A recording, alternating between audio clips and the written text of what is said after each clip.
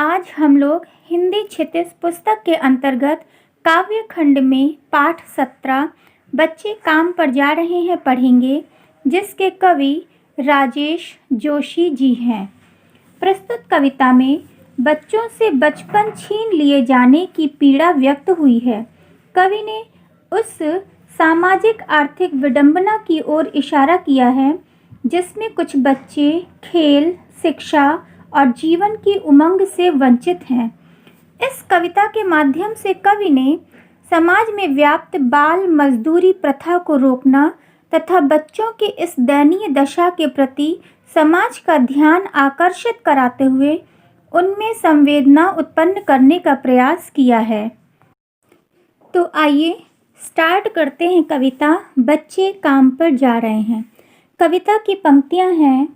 कोहरे से ढकी सड़क पर बच्चे काम पर जा रहे हैं, सुबह सुबह बच्चे काम पर जा रहे हैं। हमारे समय की सबसे भयानक पंक्ति है यह। भयानक है इसे विवरण की तरह लिखा जाना चाहिए, इसे सवाल की तरह। काम पर क्यों जा रहे हैं बच्चे?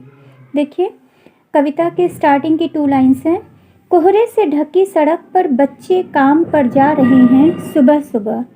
इन पंक्तियों में कवि कहते हैं कि सुबह का समय है, सड़कों पर गहरा कोहरा छाया हुआ है। ऐसी भीषण ठंड में भी कुछ विवश बच्चे हैं जिन्हें रोजी रोटी कमाने के लिए काम करने जाना पड़ रहा है। होना तो यह चाहिए था कि वे बच्चे ठंड से बचने के लिए घरों में खेलते कूदते। हमारे समय की सबसे भयानक पंक्ति है यह। कवि कहते हैं कि यह हमारे समय माने युग, हमारे युग की सबसे भयानक स्थिति है कि बच्चों को आराम की जगह काम करना पड़ रहा है। भयानक है इसे विवरण की तरह लिखा जाना। विवरण माने होता है वर्णन, एक सामान्य बात, ठीक। और इससे भी अधिक भयानक बात यह है कि इस समस्या को सामान्य विवरण या वर्णन की तरह कहा जा रहा है, ठीक है। इसे कहकर किसी को क्रोध नहीं आता और सुनकर ग्लानि नहीं होती कि इससे कि बच्चे काम पर जा रहे हैं। ये सुनकर लोगों को ये सामान्य बात सी लग रही है, ठीक। इसे एक सामान्य बात कहकर टाला जा रहा है। लिखा जाना चाहिए इसे सवाल की तरह। वास्तव में इस समस्या को एक सवाल की तरह यानी गहरे प्रश्न की तरह प्रस्तुत किया जाना चाहिए। इसे सरकार, शासन, समाज आदि से पूछा जाना चाहिए कि बच्चे काम पर क्यों जा रहे हैं। यह जानने का प्रयत्न किया जाना चाहिए कि आखिर ये बच्चे पढ़ाई लिखाई या खेल कूद की दुनिया से दूर रहकर पेट पालने की चिंता में क्यों लीन हैं, काम पर क्यों जा रहे हैं बच्चे। कवि बाल मजदूरों को गहरी धुंध में काम पर जाता देखकर प्रश्न पूछता है कि ये बच्चे काम पर क्यों जा रहे हैं। क्या अंतरिक्ष में गिर गई हैं सारी गेंदें? क्या दीमकों ने खा लिया है सारी रंग बिरंगी किताबों को? क्या काले पहाड़ के नीचे दब गए हैं सारे खिलौने? क्या किसी भूकंप में ढह गई हैं सारी मदरसों की इमारतें? क्या सारे मैदान, सारे बगीचे और घरों के आंगन खत्म हो गए हैं एकाएक? देखिए, कवि कह रहे हैं कि क्या अंतरिक्ष में गिर गई हैं सारी गेंदें? क्या इनके खेलने के लिए गेंदें अब नहीं रही? क्या सारी की सारी गेंदें आकाश में गिर गई हैं? क्या दीमकों ने खा लिया है सारी रंग बिरंगी किताबों को? क्या इनके लिए रंगीन किताबें नष्ट हो गई हैं? क्या उन्हें दीमकें खा गई हैं?